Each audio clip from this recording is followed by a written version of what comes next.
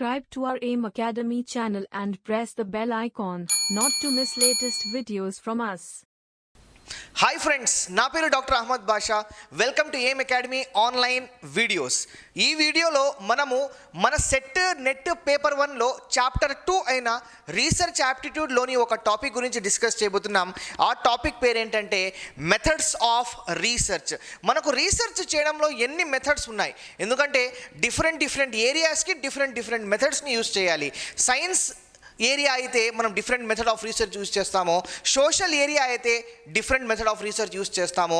సైన్స్కి యూజ్ చేసిన method experimental method ఉంటుంది, సోషల్ సైన్సెస్కి యూజ్ చేసిన మెథడ్ డిస్క్రిప్టివ్ మెథడ్ అయి ఉంటుంది. డిఫరెంట్ ఏరియాస్కి డిఫరెంట్ రీసెర్చ్ని యూజ్ చేస్తాము. ఈ రీసెర్చ్ మెథడ్ని తీసుకెళ్ళి మనం ఇక్కడ యూజ్ చేసినా మనకు రిజల్ట్స్ రావు, లేదా ఈ రీసెర్చ్ మెథడ్ని తీసుకెళ్ళి మనం ఇక్కడ యూజ్ చేసినా అక్కడ మనకు రిజల్ట్స్ రావు. కాబట్టి కరెక్ట్ ఏరియాకి కరెక్ట్ మెథడ్ మనం తెలుసుకొని మనం అప్లై చేస్తేనే మన రీసెర్చ్ ఫ్రూట్ఫుల్గా, ప్రొడక్టివ్గా, జెన్యూన్గా మనకు మంచి రిజల్ట్స్ని ఇస్తాయి. లేకపోతే మన రీసెర్చ్ టైం అంతా వేస్ట్ అయిపోతుంది. ఈ వీడియోలో మనం ఎన్ని మెథడ్స్ ఉన్నాయి దాని గురించి డిస్కస్ చేద్దాము. మనకు బేసికల్గా 5 మెథడ్స్, మన సిలబస్ని మనం చూసుకుంటే మనకు 5 మెథడ్స్ ఆఫ్ రీసెర్చ్ ఉన్నాయి ఫ్రెండ్స్. అందులో మనం వచ్చేసి మనకు సిలబస్లో మనకు ఈ మెథడ్స్ని ఇవ్వడం జరిగింది.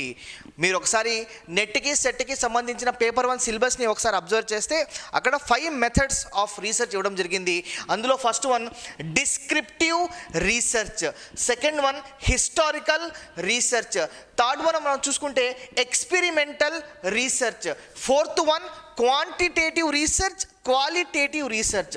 మనకు descriptive research, historical research, experimental research, quantitative research, qualitative research మన సిలబస్లో ఇవ్వడం జరిగింది.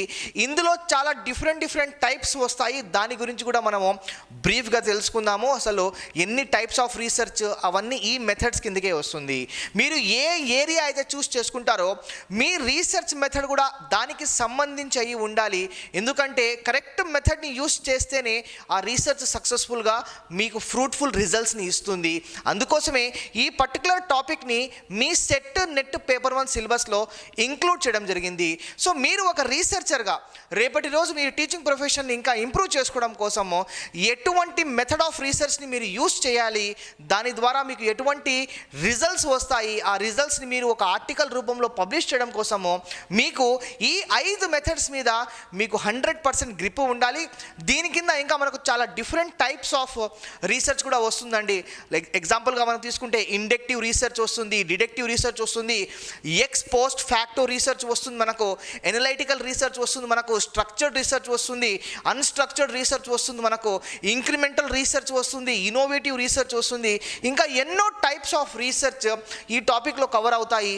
ఈ టాపిక్ గురించి మీరు 100% గ్రిప్ తెచ్చుకుంటేనే మీరు అప్లికేషన్ ఓరియంటెడ్ క్వశ్చన్స్ని ఈజీగా మీరు సాల్వ్ చేయగలరు. మీరు మంచి మార్క్స్ స్కోర్ చేసుకొని మీ క్వాలిఫైయింగ్ ఎబిలిటీని పెంచుకోగలరు. సో మనము ఫస్ట్ డిస్క్రిప్టివ్ రీసెర్చ్ అంటే ఏంటో తెలుసుకుందాము. అసలు డిస్క్రిప్టివ్ రీసెర్చ్ అంటే ఏంటి, దాని యొక్క అవుట్లుక్ గురించి మనం బ్రీఫ్గా కొంచెం తెలుసుకుందాము. అసలు డిస్క్రిప్టివ్ రీసెర్చ్ అంటే ఏంటి, డిస్క్రిప్టివ్ రీసెర్చ్ అంటే ఏంటి. సో ఇక్కడ మెన్షన్ చేసిన విధంగా descriptive research is nothing but fact based research. అంటే అందులో ఎటువంటి మ్యానిపులేషన్స్ మీరు చేయలేరు, ఉన్నది ఉన్నట్టుగా కలెక్ట్ చేసుకునే రీసెర్చ్ని ఏమంటామంటే మనం డిస్క్రిప్టివ్ బేస్డ్ రీసెర్చ్ అని చెప్పడం జరుగుతుంది. అంటే ఒక యాక్సిడెంట్ జరిగింది, అక్కడికి వెళ్ళి ఫ్యాక్ట్స్ని యాజ్ ఇట్ ఈస్గా కలెక్ట్ చేసుకొని వస్తారు. ఒక సర్వే జరిగింది, ఫ్యాక్ట్స్ని యాజ్ ఇట్ ఈస్గా కలెక్ట్ చేసుకొని వస్తారు. దాన్ని ఏమంటామంటే డిస్క్రిప్టివ్ రీసెర్చ్ అని చెప్పడం జరుగుతుంది. ఈ డిస్క్రిప్టివ్ రీసెర్చ్లో ఏ ఫ్యాక్ట్స్ అయితే, ఏ ఇన్ఫర్మేషన్ అయితే, ఏ డేటా అయితే మనం కలెక్ట్ చేస్తామో అందులో మ్యానిపులేట్ చేయలేం. కాబట్టి మీ అండర్స్టాండింగ్ పర్పస్ కోసము ఒక చిన్న ఎగ్జాంపుల్ తీసుకుంటాను. ఒక యాక్సిడెంట్ జరిగింది, అక్కడికి వెళ్ళేసి ఆ ఫ్యాక్ట్స్ని గ్యాదర్ చేసుకుని వస్తారు. సో ఈ విధంగా యాక్సిడెంట్ జరిగిందని ఉన్నది ఉన్నట్టు ఒక రిపోర్ట్ జనరేట్ చేస్తారు. ఆ రిపోర్ట్ని తీసుకొచ్చి సబ్మిట్ చేస్తారు. అందులో మ్యానిపులేట్ చేయడం కోసం ఏమీ ఉండదు, మ్యానిపులేట్ చేసే పవర్ మీ దగ్గర ఉండదు. కాబట్టి ఉన్నది ఉన్నట్టు ప్రజెంట్ చేసే రీసెర్చ్ని ఏమంటామంటే మనము డిస్క్రిప్టివ్ రీసెర్చ్ అంటారు. ఇందులో ఎన్నో డిఫరెంట్ అంశాలు ఉన్నాయి. మనకు క్రాస్ సెక్షనల్ స్టడీ ఉన్నాయి, ఇందులో లాంగిట్యూడినల్ స్టడీస్ ఉన్నాయి. మెథడ్స్ చూసుకుంటే మనము సర్వే మెథడ్ ఉంది, ఉంది, ఇంటర్వ్యూ మెథడ్ ఉంది, అబ్జర్వేషన్ మెథడ్ ఉంది. దీని గురించి మీరు గ్రిప్ తెచ్చుకుంటే డిస్క్రిప్టివ్ రీసెర్చ్కి సంబంధించి ఈ అంశాలన్నీ మనకు చాలా చాలా ఇంపార్టెంట్. ఇందులోనే మనకు సర్వే బేస్డ్ రీసెర్చ్ వస్తుంది, ఇందులోనే మనకు ఎక్స్ పోస్ట్ ఫ్యాక్టో రీసెర్చ్ వస్తుంది, ఇందులోనే మనకు ఎనలైటికల్ రీసెర్చ్ వస్తుంది. సో డిస్క్రిప్టివ్ రీసెర్చ్ మీద మీరు 100% గ్రిప్ తెచ్చుకోవాలి. సో డిస్క్రిప్టివ్ రీసెర్చ్ అంటే fact based research. So fact based రీసెర్చ్ని ఏమంటామంటే డిస్క్రిప్టివ్ లెవెల్ రీసెర్చ్ అంటాము. సో ఇందులో ఎటువంటి మ్యానిపులేషన్స్ మనం చేయలేం కాబట్టి. నెక్స్ట్ మనం చూస్తే హిస్టారికల్ రీసెర్చ్. నేను ఈ ఇమేజ్ ఎందుకు పెట్టడం జరిగింది అంటే, సో ఇది ఒక ఇమేజ్ చాలా ఏళ్ళ కిందట, so many thousands of years ago ఇలా మనుషుల్ని బూడ్చిపెట్టేవాళ్ళు ఈ రకంగా. దాని మీద ఇంకా కొందరు పరిశోధనలు చేస్తున్నారు. ఆ మెథడ్ని ఎందుకు చూస్ చేసుకున్నారు? సైన్స్ ఒకనొక టైంలో చాలా అడ్వాన్స్మెంట్ జరుగుతుంది అని చెప్పేసి ఒక యుగం వాళ్ళు బిలీవ్ చేసేవాళ్ళు, అందుకే ఈ రకంగా బూడ్చిపెట్టేవాళ్ళు. అందుకే మీ అండర్స్టాండింగ్ పర్పస్ కోసం హిస్టారికల్ రీసెర్చ్కి ఈ ఇమేజ్ పెట్టడం జరిగింది, సో దట్ మీ కాన్సెప్ట్ అర్థం కావాలి అని చెప్పేసి. సో ఈ ఇమేజ్ బట్టి చాలా ఏళ్ళ కిందట ఇలా వ్యక్తులు ఉండేవాళ్ళు, ఇలా రాజులు ఉండేవాళ్ళు అని చెప్పేసి మనకు ఓల్డ్ ఫ్యాక్ట్స్. ఇన్ఫ్యాక్ట్ చెప్పాలి అంటే డిస్క్రిప్టివ్ రీసెర్చ్ కింద మనకు హిస్టారికల్ రీసెర్చ్ కూడా వస్తుంది. ఇందులో మనకు 2-3 ఆస్పెక్ట్స్ ఉన్నాయి. ఒక ఆస్పెక్ట్ వచ్చేసి మనకు డిస్క్రిప్టివ్ రీసెర్చ్ కిందికి వస్తుంది. సో హిస్టారికల్ రీసెర్చ్ అంటే ఏం లేదండి, సో ఒకప్పుడు ఎలా ఉండేవాళ్ళు అని చెప్పేసి మనకు ఫ్యాక్ట్స్ చెప్పే విషయమే హిస్టారికల్ రీసెర్చ్. ఇక్కడ కూడా మనకు చూసుకుంటే 2 సోర్సెస్ ఆఫ్ ఫ్యాక్ట్స్ ఉంటాయి. ప్రైమరీ సోర్స్ ఆఫ్ ఫ్యాక్ట్స్ ఉంటుంది, సెకండరీ సోర్స్ ఆఫ్ ఫ్యాక్ట్స్ ఉంటుంది. ప్రైమరీ సోర్స్ ఆఫ్ ఫ్యాక్ట్స్ అయితే ఎవరైతే చూసింటారో, ఆ ఇన్సిడెంట్ని చూసింటారో వారిని ప్రైమరీ సోర్స్ ఆఫ్ ఫ్యాక్ట్స్ అంటాము. ఇప్పుడు వీళ్ళని బూడ్చిపెట్టేటప్పుడు ఎవరు చూశారు? ఇప్పుడు వాళ్ళు బతుకున్నారా? ఇంపాసిబుల్. ఎందుకంటే ఇప్పుడు బతికిలేరు కాబట్టి ప్రైమరీ సోర్స్ ఆఫ్ ఫ్యాక్ట్స్ ఏదైతే ఉన్నాయో మనం కలెక్ట్ చేయలేము. సెకండరీ సోర్స్ ఆఫ్ ఫ్యాక్ట్స్ గురించి మనం మాట్లాడితే పుస్తకాల రూపంలో, గ్రంథాల రూపంలో ఏదైతే ఇన్ఫర్మేషన్ ఎక్స్ట్రాక్ట్ చేసుకుంటామో, ఆ రోజుల్లో ఇటువంటి మెడిసిన్స్ యూస్ చేసేవాళ్ళు, ఆ రోజుల్లో ఇటువంటి కమ్యూనికేషన్ ఉనింది, ఆ రోజుల్లో ఇటువంటి ఇంట్రాక్షన్ చేసేవాళ్ళు, ఆ రోజుల్లో అనౌన్స్మెంట్స్ని ఈ విధంగా చేసేవాళ్ళు, ఆ రోజుల్లో ఈ విధమైన ఫుడ్ హ్యాబిట్స్ ఉండేవి, ఆ రోజుల్లో ఇలా చేసేవాళ్ళు అని చెప్పేసి జస్ట్ మీ ఇన్ఫర్మేషన్ కోసం, హిస్టారికల్ డేటా మీ ఇన్ఫర్మేషన్ కోసం కలెక్ట్ చేసేవాళ్ళు. కానీ ఇందులో కొన్ని డిసడ్వాంటేజెస్ ఏమున్నాయి అంటే, హిస్టారికల్ రీసెర్చ్ ప్రజెంట్ వాళ్ళకు ఏ విధంగా ఉపయోగపడుతుంది, దాన్ని మనము ఎఫెక్టివ్గా యూజ్ చేసుకుంటే హిస్టారికల్ రీసెర్చ్ మనకు బాగా యూజ్ అవుతుంది. ఇంకొక ఎగ్జాంపుల్ తీసుకుంటే హైపోథెసిస్ టెస్టింగ్ ఏదైతే ఉందో అది హిస్టారికల్ డేటాలో మనం యూజ్ చేయలేము, ఎందుకంటే ఆల్రెడీ అయిపోయిన విషయం కాబట్టి. ఎప్పుడో కొన్ని ఏళ్ల కిందట ఇది అయిపోయింది కాబట్టి హైపోథెసిస్ టెస్టింగ్, ఇదే క్వశ్చన్ని మనకు నెట్ ఎగ్జామినేషన్ అడిగారు. హైపోథెసిస్ టెస్టింగ్, సో పై దానిలో అంటే హైపోథెసిస్ టెస్టింగ్ కింద ఆప్షన్స్లో ఏ దానికి యూస్ చేయలేము అంటే హిస్టారికల్ మెథడ్కి మనం హైపోథెసిస్ టెస్టింగ్ యూస్ చేయలేము, అది కరెక్ట్ ఆన్సర్. సో ఈ విధంగా మనకు హిస్టారికల్ స్టడీలో కొన్ని అంశాలు ఉన్నాయి. మీ ఎగ్జామినేషన్ పాయింట్ ఆఫ్ వ్యూలో ఇది మీకు చాలా చాలా ఇంపార్టెంట్. నెక్స్ట్ మనం చూసుకుంటే నెక్స్ట్ కాన్సెప్ట్ ఏదైతే ఉందో మనకు ఎక్స్పెరిమెంటల్ రీసెర్చ్ గురించి మనం మాట్లాడితే ఇటువంటి ఇమేజ్ మీరు చూడండి. ఇక్కడ మనము కొన్ని కెమిస్ట్రీ ఓరియంటెడ్ ఎక్స్పెరిమెంట్స్ చేస్తున్నాము, లిక్విడ్స్ని కలపడం కానివ్వండి. సో ఎక్స్పెరిమెంటల్ రీసెర్చ్ గురించి మాట్లాడితే ఇది వచ్చేసి మెడికల్ ఫీల్డ్ కానివ్వండి, బయాలజికల్ ఫీల్డ్ కానివ్వండి, ఫిజికల్ సైన్సెస్ కానివ్వండి బెస్ట్ సూట్ అవుతుంది. అదే మీకు వేరే ఆర్ట్స్ కానివ్వండి, వేరే సోషల్ సైన్సెస్ కానివ్వండి, లేకుంటే హ్యుమానిటీస్ లాంగ్వేజ్ ఓరియంటెడ్ సబ్జెక్ట్స్ కానివ్వండి, ఈ రీసెర్చ్ అంతగా పనికిరాదు. ఎందుకంటే ఎక్స్పెరిమెంటల్ రీసెర్చ్ అంటే కంప్లీట్గా మెడిసిన్ ఓరియంటెడ్ కాబట్టి ఇక్కడ మీరు ఎక్స్పెరిమెంట్స్ చేస్తారు, కొత్త కొత్త విషయాలు తెలుసుకుంటారు. ఇప్పుడు జనరల్గా మనం అబ్జర్వ్ చేస్తే మీ అండర్స్టాండింగ్ పర్పస్ కోసం ఒక చిన్న ఎగ్జాంపుల్ నేను తీసుకుంటాను. కరోనా ఎక్స్టర్నల్గా ఎంతమంది కరోనా వల్ల బలి అయిపోయారు, ఎంతమంది కరోనా వల్ల చచ్చిపోయారు, ఎంతమంది కరోనా వచ్చింది, దీన్ని కనుక్కోవడం కోసం ఒక సర్వే మెథడ్ని కండక్ట్ చేస్తాము. ఆ సర్వే మెథడ్లో ప్రపంచవ్యాప్తంగా ఇన్ని కోట్ల మందికి కరోనా వచ్చింది, ఆ నంబర్ ఏదైతే ఉందో దాన్ని మనము క్వాంటిటేటివ్ రీసెర్చ్ అని చెప్తాము. క్వాంటిటేటివ్ రీసెర్చ్ అంటే ఒక నంబర్ రూపంలో, ఒక డిజిట్ రూపంలో చెప్పడాన్ని ఏమంటామంటే మనము క్వాంటిటేటివ్ రీసెర్చ్ అని చెప్పడం జరుగుతుంది. ఇక్కడ మనం చూసుకుంటే కరోనా బయట అంటే సర్వే మెథడ్ కండక్ట్ చేసాము, మన క్వాంటిటేటివ్ రీసెర్చ్ గురించి మనకు అర్థమైంది. కరోనా లోపల అంటే మనం ఎక్స్పెరిమెంట్ ద్వారా సైంటిస్టులు ఆల్రెడీ ఎక్స్పెరిమెంట్ చేయడం వల్ల కరోనాకి వ్యాక్సినేషన్ కనుక్కుంటున్నారు. ఎన్నో కెమికల్స్ని యూస్ చేసి కొత్త కొత్త రకాలుగా ఆ కరోనాకి మెడిసిన్ కనుక్కోవడానికి ట్రై చేస్తారు.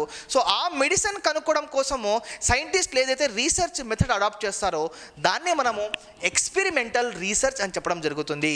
కరోనా బయట ఎంతమంది గురయ్యారు, మానసికంగా కరోనా వల్ల ఎంతమంది ఇబ్బంది పడుతున్నారు, దాని గురించి మనము నెక్స్ట్ స్లైడ్లో క్వాంటిటేటివ్ రీసెర్చ్, క్వాలిటేటివ్ రీసెర్చ్ గురించి మనం తెలుసుకుందాము. సో దీంట్లో మనకు రెండు ఇంపార్టెంట్ విషయాలు ఉన్నాయి.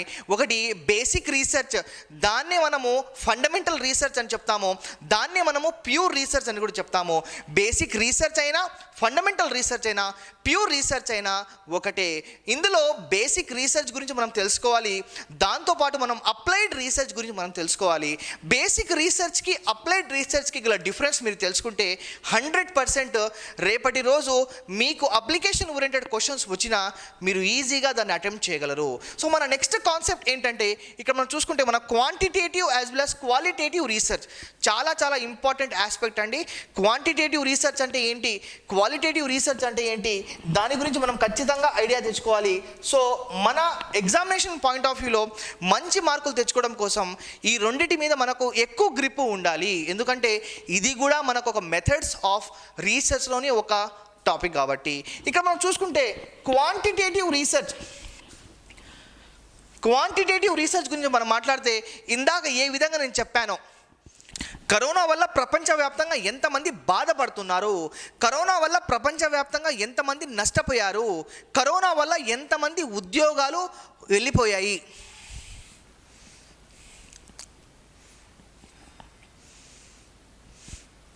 కరోనా వల్ల ప్రపంచవ్యాప్తంగా ఎంతమంది బాధపడుతున్నారు నంబర్ రూపంలో చెప్పడమే క్వాంటిటేటివ్ రీసెర్చ్.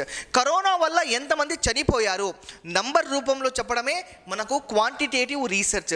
కరోనా వల్ల ఎంతమంది జాబ్స్ని కోల్పోయారు ఆ నంబర్ చెప్పడమే, ఆ పర్సంటేజ్ చెప్పడమే, దాన్ని మనం క్వాంటిటేటివ్ రీసెర్చ్ అని చెప్పడం జరుగుతుంది. ఈ రూమ్లో ఏసీ ఉంది, నాకు చలి వేస్తుంది, ఈ రూమ్ టెంపరేచర్ ఎంత ఉంది అంటే 15 డిగ్రీ సెంటీగ్రేడ్ కానివ్వండి, 20 డిగ్రీ సెంటీగ్రేడ్ కానివ్వండి, ఇంకా దానికన్నా తక్కువ కూడా ఉండొచ్చు. ఆ నంబర్ రూపంలో ఏదైతే చెప్తున్నామో దాన్ని మనం క్వాంటిటేటివ్ రీసెర్చ్ అని చెప్తారు. ప్రతి సంవత్సరము గవర్నమెంట్ ఆఫ్ ఇండియా కొన్ని సర్వేస్ కండక్ట్ చేస్తుంది. అందులో ఆ సర్వేలో మనకు కొన్ని న్యూమరికల్ టర్మ్స్ కనిపిస్తాయి. ఈ క్వార్టర్లో జీడిపి ఇంత ఉంది, అది పాజిటివ్ ఉండొచ్చు, నెగిటివ్ ఉండొచ్చు. ఈ ఇయర్ మనకి ఇంత గ్రోత్ జరిగింది, ఈ ఇయర్ మనకి ఇంత ప్రాఫిట్ వచ్చింది, ఈ ఇయర్ మనం బడ్జెట్ని ఇంత అలొకేట్ చేశాము, ఈ నెంబర్స్లో అలొకేట్ చేశాము. దాని అన్నింటినీ మనం క్వాంటిటేటివ్ రీసెర్చ్లో చెప్పడం జరుగుతుంది. ఇప్పుడు మనం క్వాలిటేటివ్ రీసెర్చ్ గురించి మాట్లాడితే అది కూడా చాలా ఇంపార్టెంట్ అంశం. అంటే మానసికమైన ప్రాబ్లమ్స్ని తెలుసుకోవడం కోసము క్వాలిటేటివ్ రీసెర్చ్ని మనం జనరల్గా యూస్ చేస్తాము. ఉదాహరణకు మనం తీసుకుంటే కరోనా వల్ల ఎంతమంది బాధపడుతున్నారు ఆ నంబర్ ఏదైతే ఉందో అది మనము క్వాంటిటేటివ్ రీసెర్చ్లో చెప్పడం జరుగుతుంది. సో కరోనా రావడం వల్ల వాళ్ళు ఏ విధమైన మెంటల్లీ ఏ విధమైన ప్రాబ్లమ్స్ సొసైటీ ద్వారా ఫేస్ చేయడం జరిగింది అవన్నీ మనకు క్వాలిటేటివ్ రీసెర్చ్లో వస్తాయి. ఒక చిన్న ఎగ్జాంపుల్ మనం తీసుకుంటే ఒక కుటుంబానికి కరోనా రావడం జరిగింది. లొకేషన్ గురించి నేను చెప్పడం లేదు, ఏ స్టేట్లో జరిగింది, ఏ కంట్రీలో జరిగింది నేను చెప్పడం లేదు. ఒక కుటుంబానికి కరోనా రావడం జరిగింది. ఫ్రెండ్స్, కరోనా అన్నది మనము ఒక మహమ్మారి మనం ఒప్పుకుంటున్నాం, కానీ దానికన్నా ఎక్కువ మనం వాళ్ళని సపోర్ట్ చేయాలి. మీ ఫ్రెండ్స్లో మీ బంధువులు ఎవరైనా కరోనా వచ్చినా కూడా మీరు వాళ్ళని డిస్కరేజ్ చేయదండి. అట్లీస్ట్ ఫోన్లో మాట్లాడి వాళ్ళకి మెంటల్గా మీరు వాళ్ళకి మోటివేట్ చేయండి, వాళ్ళకి ఒక ధైర్యాన్ని ఇవ్వండి. సో ఒక కుటుంబానికి కరోనా రావడం జరిగింది. వాళ్ళు పాజిటివ్ కన్ఫర్మేషన్ అయిన తర్వాత క్వారంటైన్కి వెళ్ళారు. సక్సెస్ఫుల్గా ఆ ఫ్యామిలీ మెంబర్స్ అందరూ నెగిటివ్ రిపోర్ట్స్తో ఇంటికి వచ్చేసారు. కానీ వాళ్ళందరినీ ఆ సొసైటీలో ఎలా బిహేవ్ చేశారంటే లాస్ట్కు వాళ్ళు మానసికంగా చాలా ఇబ్బంది పడడం వల్ల వాళ్ళు ఆత్మహత్య చేసుకున్నారు. ఇది రియల్గా జరిగిన సంఘటన, రీసెంట్గా జరిగిన సంఘటన. కావాలంటే మీరు గూగుల్లో బ్రౌజ్ కూడా చేయొచ్చు. అటువంటి ప్రాబ్లమ్స్ సొసైటీలో ఎందుకు, అటువంటి బిహేవియర్ ఎందుకు చేస్తున్నారు, why some people are doing like this, దాని మీద ఒక మెంటల్ బిహేవియర్ మీద స్టడీ చేయడమే. ఎందుకు ఇలా చేస్తున్నారు, వై. ఇక్కడ చూడండి, what is the number, how many people. ఇక్కడ చూసుకుంటే మనం why people are behaving like this, ఆ మెంటల్ ప్రాసెస్ గురించి మనం తెలుసుకోవడం, దాన్ని మనం క్వాలిటేటివ్ రీసెర్చ్ అని చెప్పడం జరుగుతుంది.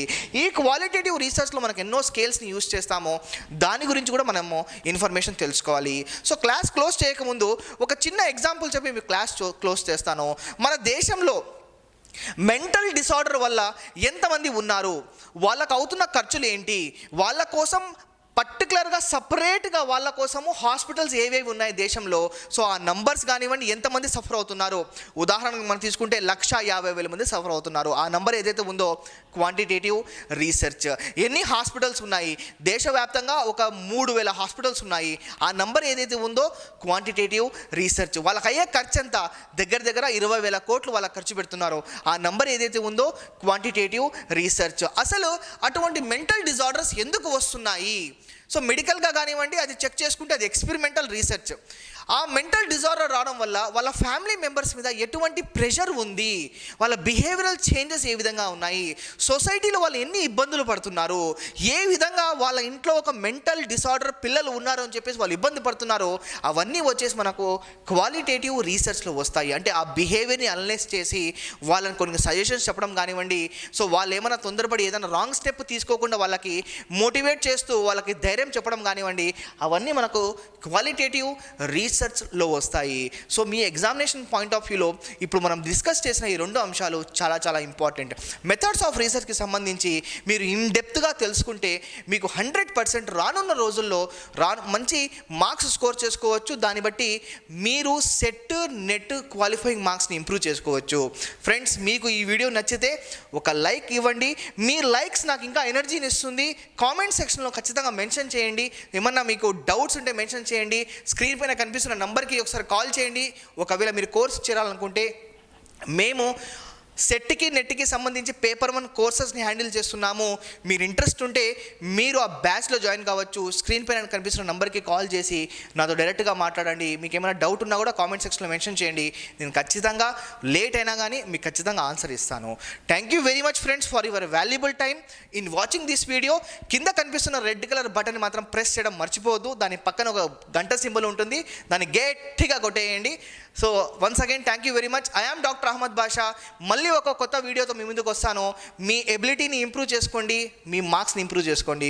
Thank you very much again. I am doctor Ahmed Basha signing off. జై హింద్.